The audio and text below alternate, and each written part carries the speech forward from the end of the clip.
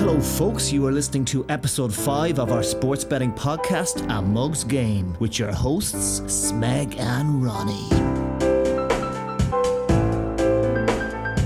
It's time today, I think, to revisit some of your bets, Smeg, from the last couple of weeks, especially the first week of the French Open, which we're now well into the second week, of course. We're going to see how they're going. We're going to have a look back at the weekend's exciting hurling championship and look ahead to the ever popular market of first goal scorer at the World Cup, of course, which starts in 9 days' time.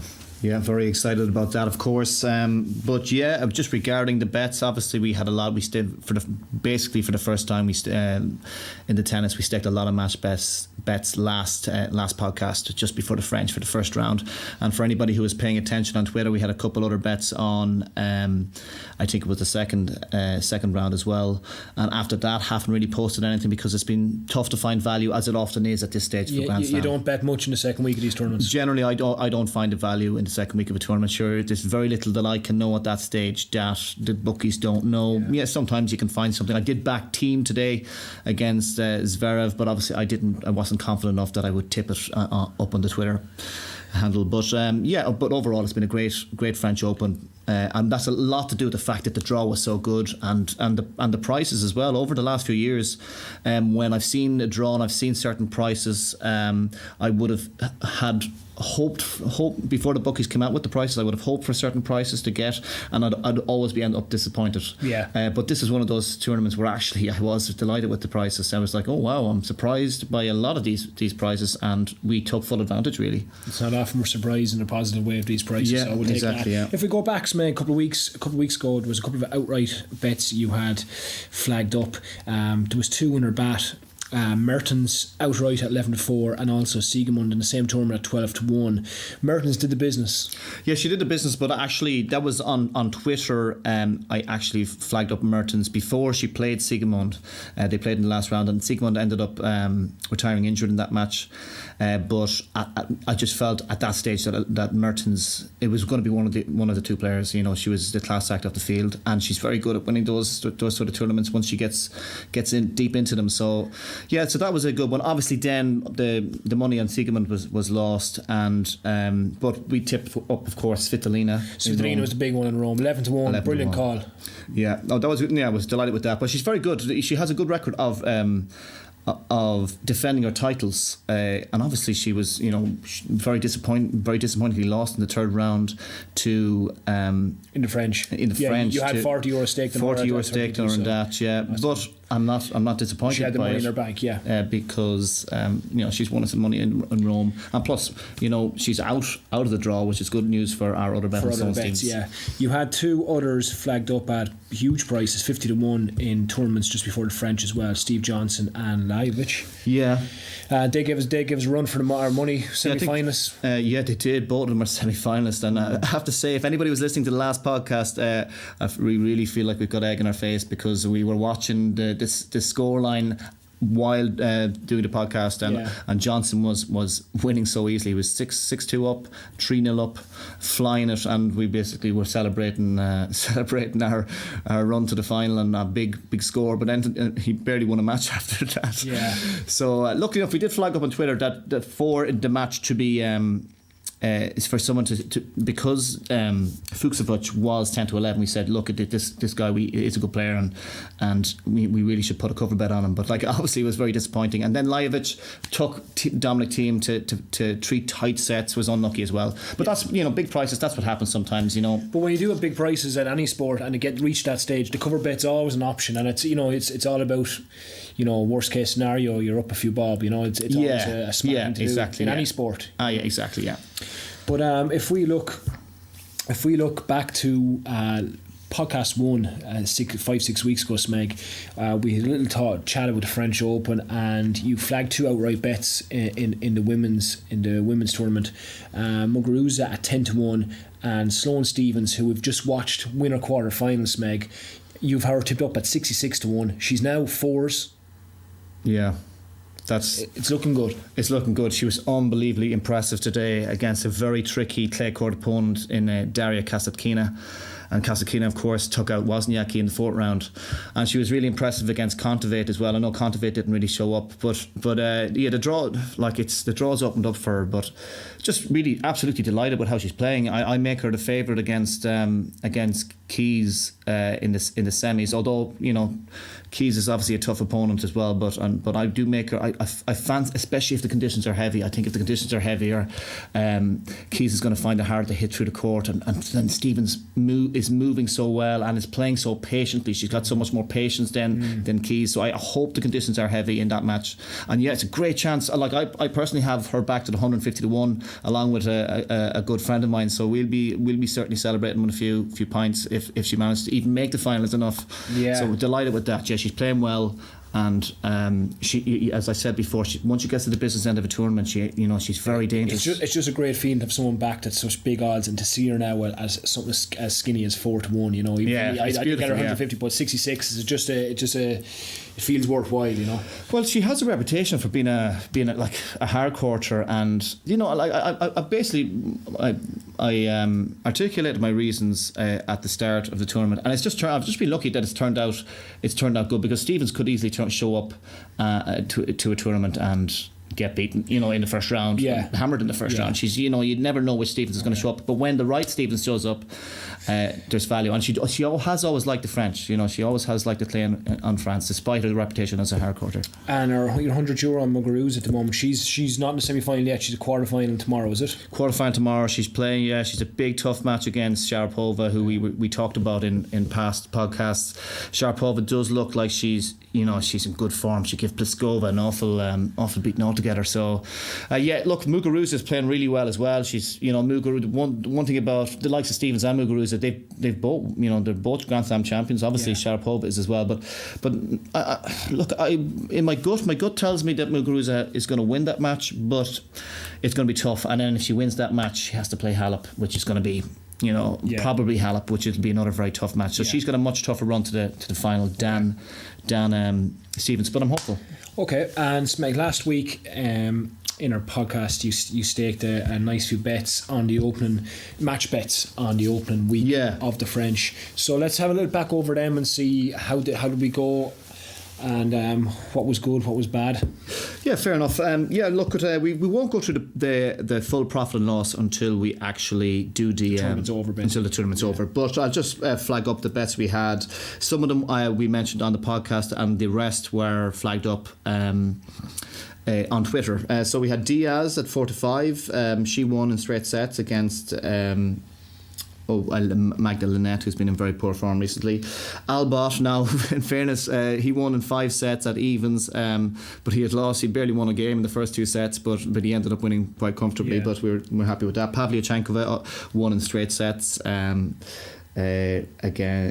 Who against Hercog, of course. That was 8-11. Ramos was 4-6. He also won in straight sets against Kukushkin. The treble came in. Now we got a bit lucky with the treble, in fairness, because Mertens, the Keys and who was the other person now? Keys and Kontaveit won fairly comfortably, but then Mertens actually came through in 3 sets against Lepchenko, and basically Lepchenko served for the match. So it was a serious sweat. It was a sweat, but then she won the last set 6-love. So luckily enough, we got that one. Cornet won. I flagged her up at 10-11. She ended up being good off at 11-10, but she won in 3 sets against Irani. The Belgian double won. Goffin and Flipkins both came through. Johnson won in the second round match against who was it again? Against Struff, which was another good price at 4-6. And then the 2 losers out of those bunch were TFO. He lost in straight sets against Querrey. No excuses really there. He just didn't show up in the match. Querrey got beaten in the next round by Simone quite comfortably as well. So just TFO didn't show up, so no excuses. That's certainly a note to self, just to be more cautious when considering TFO in a Grand Slam match. And Hurkacz got very unlucky with that one, really. There was a massive handicap at 8-11 at 8.5 games. Was right on it, wasn't it? For 9 games, wasn't it? Yeah, 9 games. But it's not just the fact that it was the 9 games, it was more the fact that that he took him to he took Silic to a fourth set at 7-5 in the fourth, and if you're back at a player at 8.5 games, it's it's really, really unlucky. If you're told that beforehand, you think you have a winner here. Oh yeah, you're thinking you're absolutely guaranteed a winner, but it didn't work out that way because he lost the first two sets to unluckily. And the last bet that we did have a quarter bet on Djokovic to win his quarter. Now he's in the quarter final. He's down 2-1, but he's won the third set and he's up 2-0 in the fourth set. So we'll know by the time this podcast comes out, we'll know whether he won it or not. But look at it, we'll take the situation at the moment. It's 2-1. I was happy with that price anyway, so hopefully that will come true for us and for any of you punters who followed us. Yeah, that's good stuff, Smeg. There's a lot of profit in that week, believe you me. So 8 match winners and 8 match bets winners and 2 losers. So happy with that. We might have the exact numbers in a week's time. Have you? Before we leave the French Open for now, Smeg, have you any betting regrets you'd like to share with us from the French? Well, I suppose. Look, hindsight is a great thing. We always, most of the time when certain results come true in any sport, you always think to yourself, there's always a part of yourself, well, that did make sense, or that does make sense on some level. And I have to say, maybe I was a bit too dismissive of Madison Keys' chance. I've backed her in the French Open at big prices in the past myself, and for whatever reason, I was dismissive of her, and she would have been at 66-1, maybe the same as Sloane. And if you think about it, her first two, she had two very, very easy matches in the first round. I think Dolehide was second round. I can't remember the first one, but it was maybe Kukova or something like that. Yeah. I'm not 100% sure if I remember. But then she had a good run, and sure, she got lucky that both Ostapenko and Svitolina, she's had the easiest. No, in fairness, she has had the easiest run through to the semi-finals of the French. Both Ostapenko and Svitolina, who were in her quarter, were knocked out early, and so then she only had to play Buzarnescu and then Putintseva to get into the semi-final of the French. It's a great run, but at the end of the day, Keys is a quality player. She's been to the US Open final. And in some ways, the clay, even though she doesn't move that well in it does suit her, the fact that she has quite a long take back with her forehand, and that's her biggest weapon, and it gives her, because of the slow bounce, it gives her that bit more time to actually set up that big weapon of hers. So and she's been to, and the other thing is she's been to the Rome, she's been to the final in Rome as well on clay. Like she has done, she's done all right. She got beaten in a third set final set tiebreak against Burtons in Charlestown only a few months ago. Okay.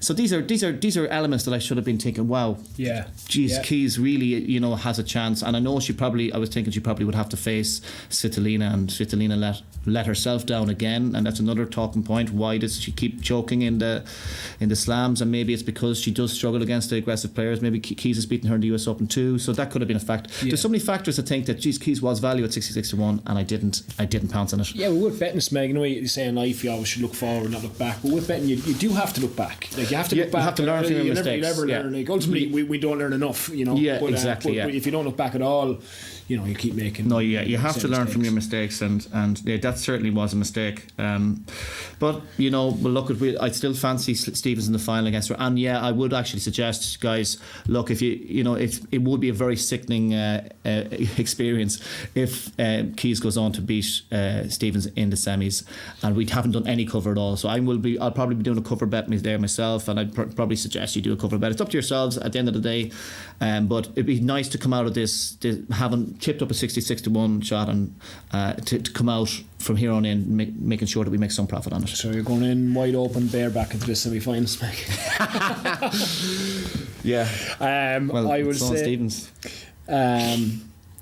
Is there an outright fancy you have for the last few days of the French before we leave it in the men's or the women's? I see Nadal is 1-3, the field 9-4. Is there any potential value in the field against Nadal in the next few days? Look, do you know what? He'll probably end up playing. I think Del Potro would probably beat Silic in the quarterfinals.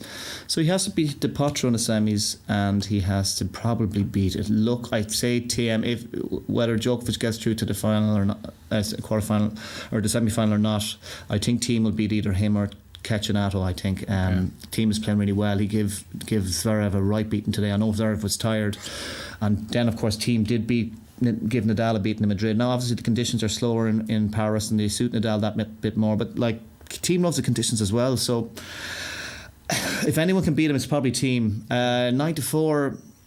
Let's put it this way: I don't think that 1-3 is value at all. I wouldn't suggest to back the 9-4, but I think anybody who has big money on Nadal at 1-3 or 4-11, I'd be a little bit nervous. Yeah, of course, yeah. Okay. And regarding the women as well, I'd just like to flag up. Now, I would absolutely hate if Sharapova wins it, or Sharadova is what she should be really called. You know, I don't really like her anyway, but it just would leave a bitter taste in your mouth. Not just from the point of view of, it would mean that we wouldn't make much money, like, unless she plays Stevens in the final. Yeah. But it's just the fact that the whole doping scandal and the other thing, I suppose, is I have to say what Serena didn't play her yesterday, and I have this feeling, I think that if it was anybody else but Sharapova, Serena's might have, and Serena's probably 50% fit. She had problems with her pecs. Yeah. And if there's anyone else but Sharapova, I think she would have went out there and tried to. And try to win the match at 50%, but I think she's so proud and protective of her winning record against Sharapova. She doesn't want to give Sharapova the satisfaction. She'd rather just not play her than do that. Yeah, then go out there only 70% fit. Yeah, although she might have went out there 70% fit against someone else. But as far as the women, it's anyone's. I think Muguruza does look good. Stevens looks great. Now Halep, I know Halep has this reputation as being a bit of a choker, I think, which is really unfair. When you think about all her Grand Slam finals, they've all went to 3 sets. It's not like she's just turned up there and just absolutely shot the pants, like she hasn't. She's maybe she blinked a bit against Ostapenko, but she was very tired against Wozniacki in the final and played her heart out. I think it could be Halep's year this year as well, so because she's playing really well as well, so it's just hard to call with the women's. I hope it's Muguruza or Stevens, but look, if Halep wins, fair play to her. I'll be happy for her too. Yeah, okay, good stuff, Smeg. Now, so we are going to turn our attention to last week's hurling championship, and let's just talk about basically the success of the championship. In the first podcast, Ronnie, you talked about how excited you are about this new format, how it's going to produce so many more great games, and that the risk reward as well, that it wouldn't be like a league format, because there's a lot to lose by not finishing that top 3, and also in Leinster, you have the relegation of Offaly. So let's hear your thoughts on overall the success of the championship. It has. It's been a brilliant few weeks for our hurling fans. From the very start, from the first game between Dublin, Kilkenny and Parnell Park up to the last one, which is Waterford Tipperary in Limerick on Sunday. And all in between has just been really, really good. Some brilliant games. You've 3 draws down in Munster already to show how tight things are down there. You've got huge crowds. Cork Limerick Saturday night had nearly 35,000 at it, in a round robin game. Incredible stuff. You had, I suppose, the story of Dublin being so unlucky against Wexford, Kilkenny, that kind of story, adding to something to the Leinster Championship. What about how unlucky Waterford were with that umpiring decision, which is up there with the decision again with Loud and Mead in the Leinster final? Yeah, I was probably one of the few people, Smeg, who was happy with the umpire, because if you know from our first podcast, I backed Waterford to win 2 games. So that's right. So I owe him. Well, I know it's not the bet's not won yet, but that umpire is actually a personal friend of Ronnie and or no, he's actually a fan of the podcast. I think that's what happened there. Yeah. But no, there've been some brilliant games, and the Munster Championship is still all up for grabs. You have a team like Tip who have salvaged 2 draws. We're still undecided. Are they really on their last legs this year, or is there something more in them? It's hard to know. You look at the likes of Clare, who go down to Tip next Sunday. You look at Clare. Clare are one of these teams. They could be in an Ireland final against some, maybe Galway in August, or they could be knocked out of the championship in 2 weeks. We don't know. We don't know. They love to get against Cork, and obviously they had a great win against Waterford. Yeah, so. But the point is, we don't. That's what's so exciting about it. We don't know who's going to win these games, and there's so much at stake. It's been a great championship. Exactly what we said. I suppose you mentioned there about Offaly getting relegated, and that they are the weakest, the weak links in that Leinster championship. And I just think I agree with actually Loughnane said this on the game the other night. He kind of went against the grain that Offaly deserve to go down to the Joe McDonagh Cup. Like, if you look at their last couple of games in Leinster Championship, Dublin beat them by 17 points. Before that, Wexford beat them by 24 points. Like, Offaly's scoring difference is minus 62 in their 4 games. Meg, like, they're just miles off those teams. As simple as that. You look at the Munster Championship, and the scoring difference goes from +6 to -9, which is a short range. Feels a little bit like they've been thrown a bone because of their heritage, hurling heritage, and history and all that. But the facts are that they are not much better than maybe the likes of Westmeath or Carlow, who might come up from Joe McDonagh. There's not, and as Loughnane mentioned the other night, you do get rewarded going back into that next year. You win that, you get back to playing in Croke Park, and you get back up. At the moment, if Offaly are in this next year, sure, we all know what's going to happen again.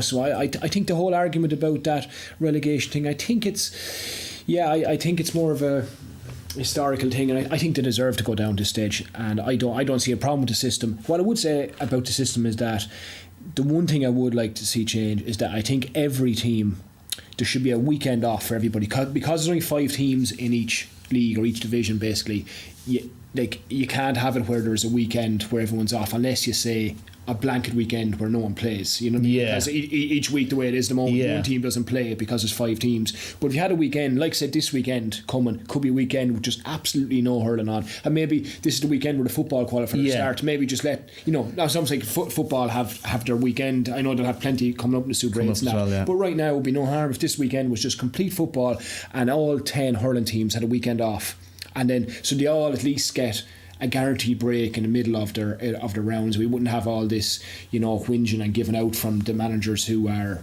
and maybe rightly so. I'm not saying whinging is probably a bit harsh, but giving out about why they have 3 or 4 weeks in a row and some other team is coming in. Like this, Kilkenny play Wexford this Saturday night. Kilkenny have a definite advantage. They didn't play the weekend just gone. Wexford play Galway. That's happened in both championships over the last few weeks, and that can be solved by just having a blanket weekend off, extended by a week either side. You know what I mean? Just to make things more fair. So I think it's a brilliant system. You've had absolutely brilliant matches, and it's going to be actually a bit sad in a couple of weeks when these games are over.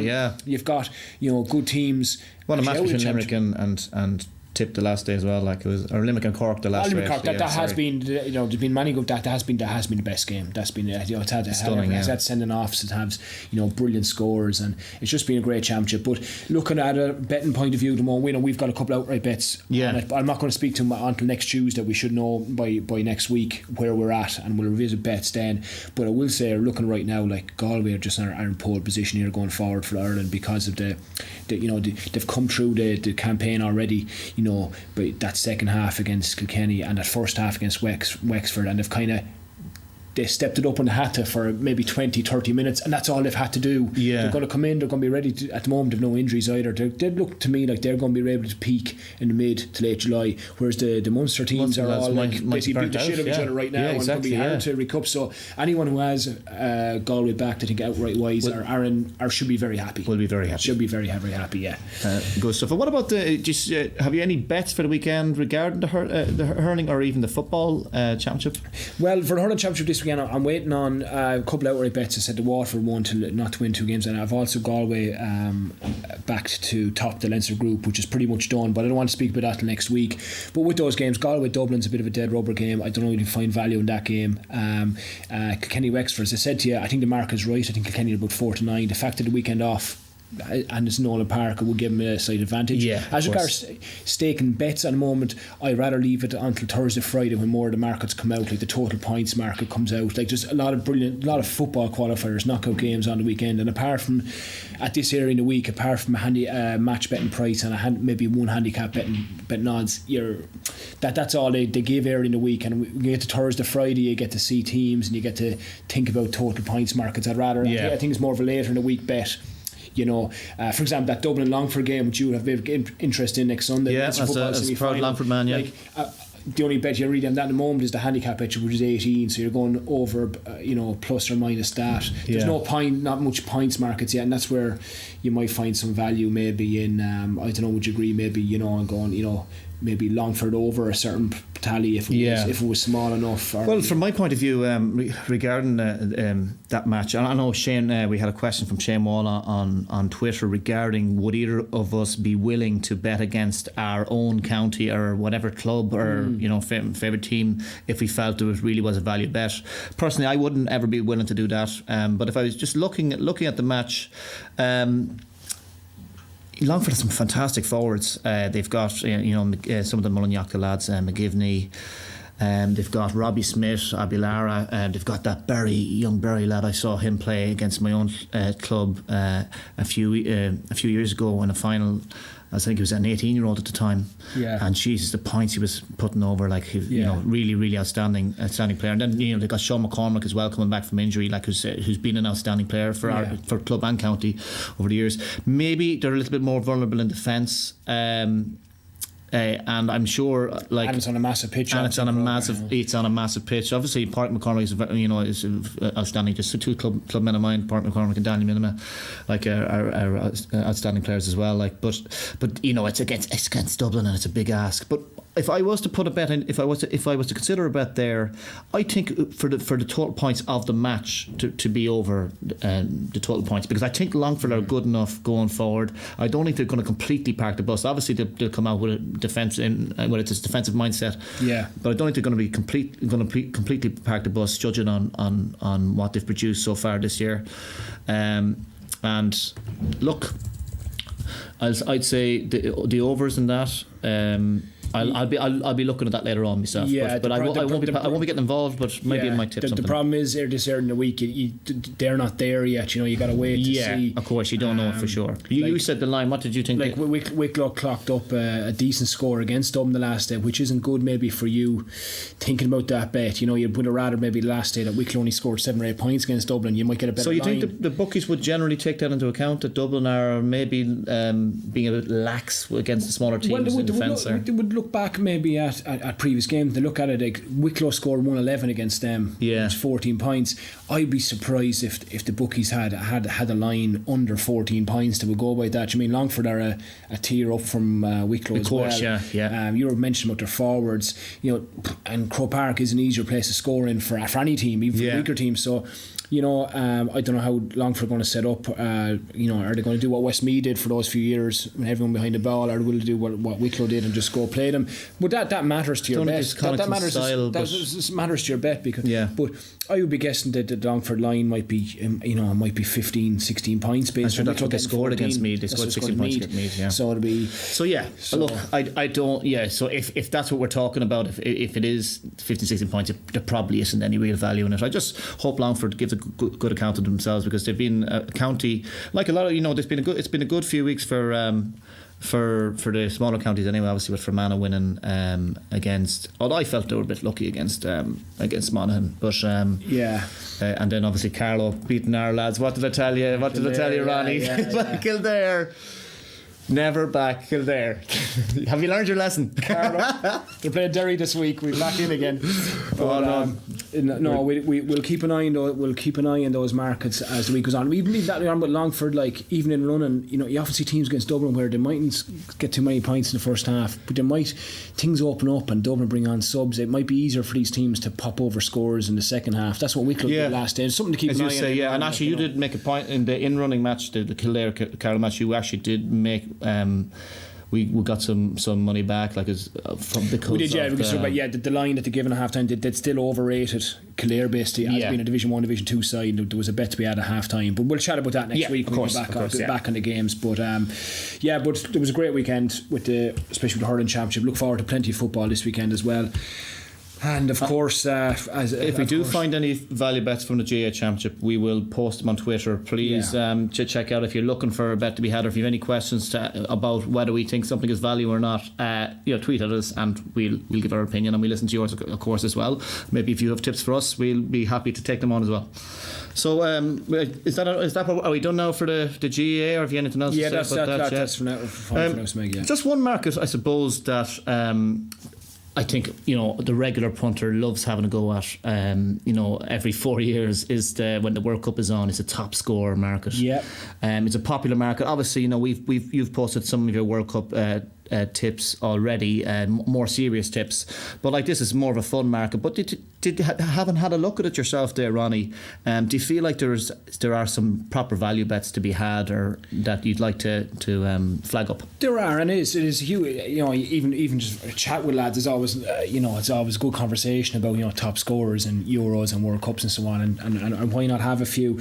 I've looked through the market, and you look through the draw as well, because that's all important. And I suppose I've picked out 4 players that I'm going to stake 0.5 points on each one. So I'm going to stake 2 bets basically, or sorry, 2 points on 4 players.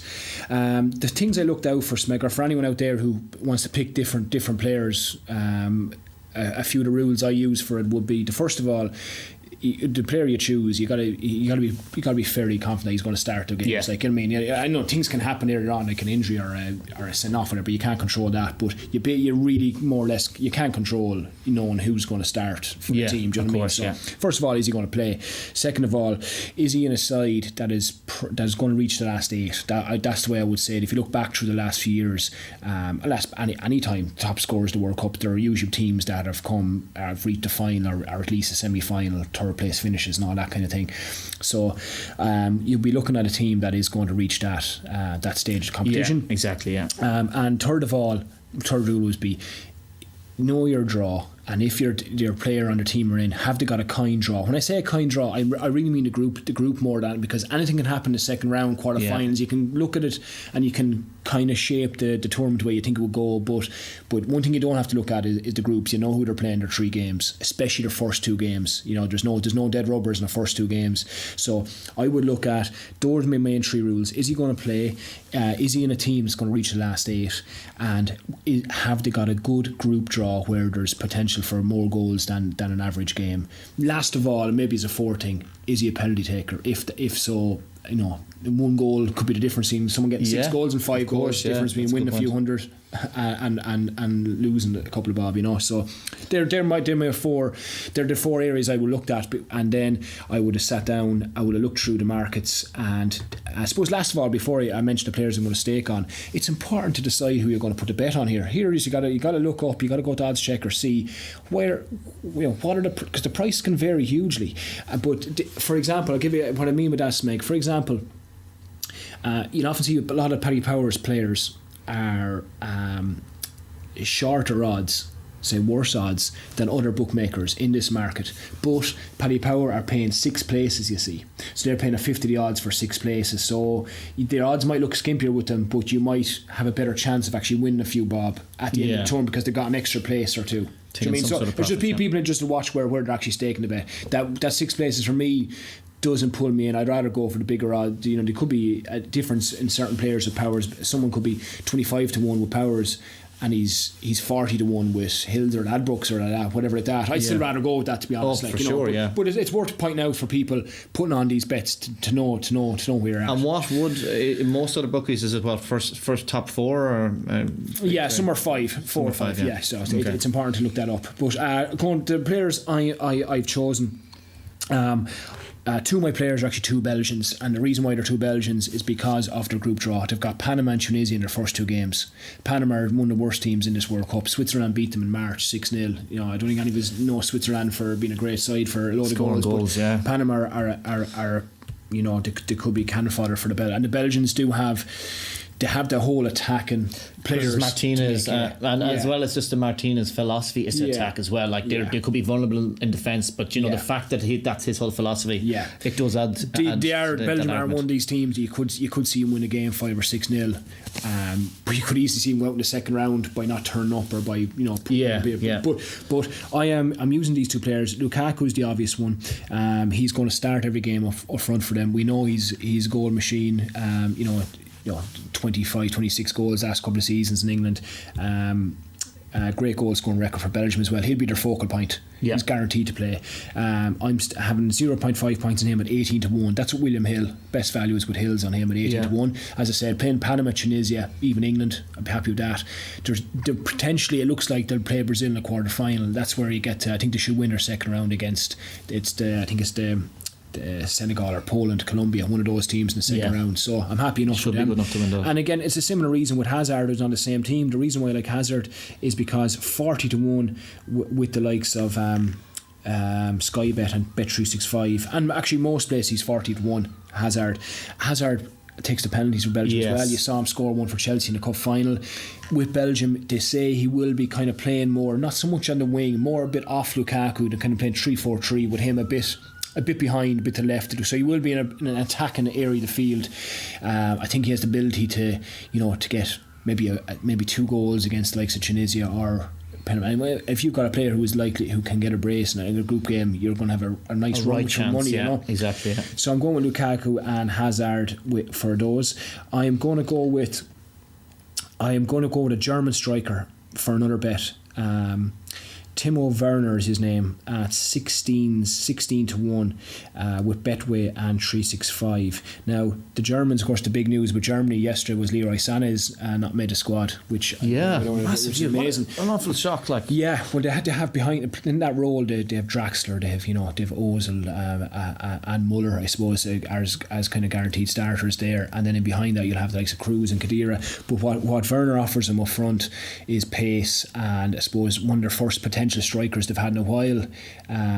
Of that ilk, he was top scorer in the Confederations Cup last summer, which is a kind of a pre-tournament to the World Cup. If you remember, I think he got 3 goals. He got the whatever the. And like Muller used to sort of play that role, and he wouldn't be the fastest. And maybe it's the new ingredient they need. Yeah, it is what they need. There is a worry with him. Going back to my first room was play. It's not. He's only 22. He's only got 13 caps. Now he's got 7 goals and 13 caps, but he is the least guaranteed to play here. But they've got a decent group with Mexico, Sweden, South Korea, and they should be topping that group, and they should be coming out, and they should be playing. They'll be playing maybe the second team in Brazil's group, which would be Costa Rica, Switzerland, or Serbia. One of those.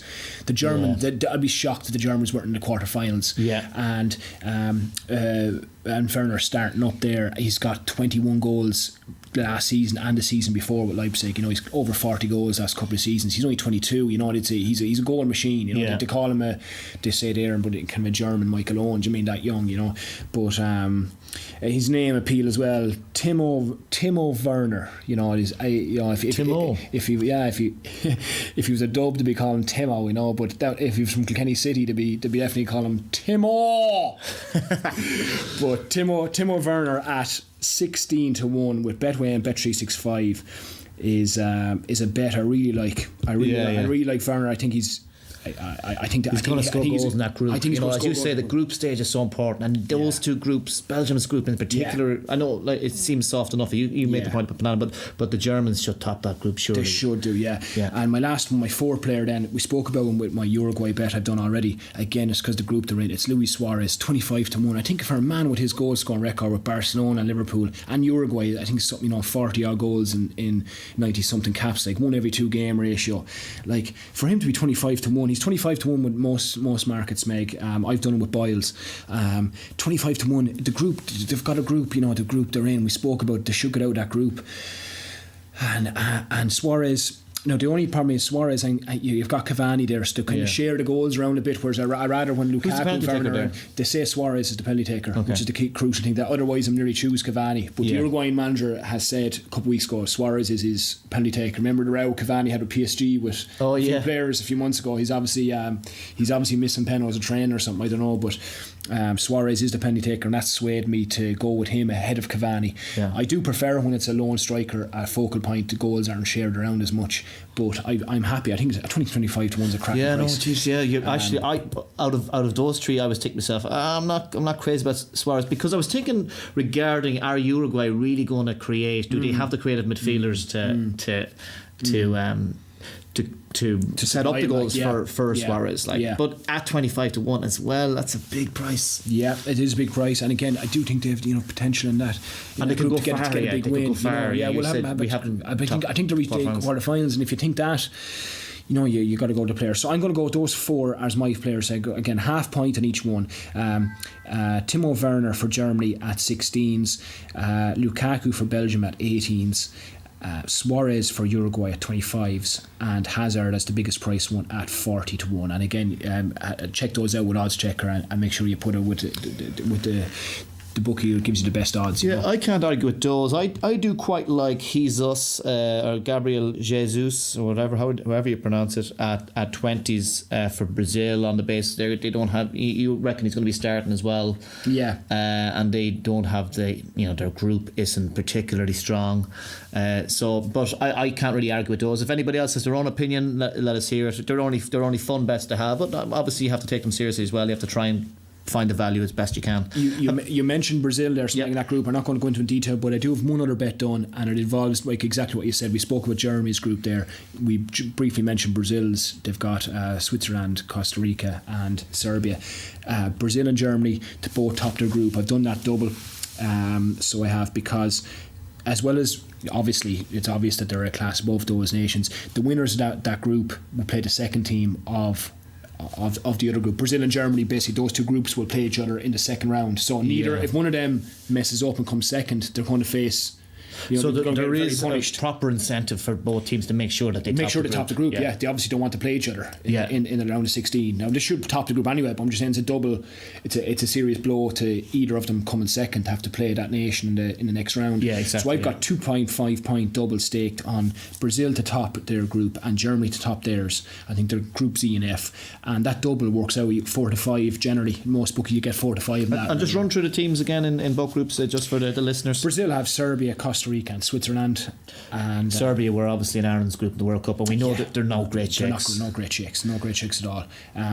Switzerland, they're dull enough. They're a dour enough side. I know they got Shaqiri's, if Brazil slip up one of those games, I think worst case scenario is they draw with somebody. They end up with 7 points. 7 points will top the group. We'll top the group, yeah. And I said the Germans it's a similar group. Mexico, South Korea, Sweden.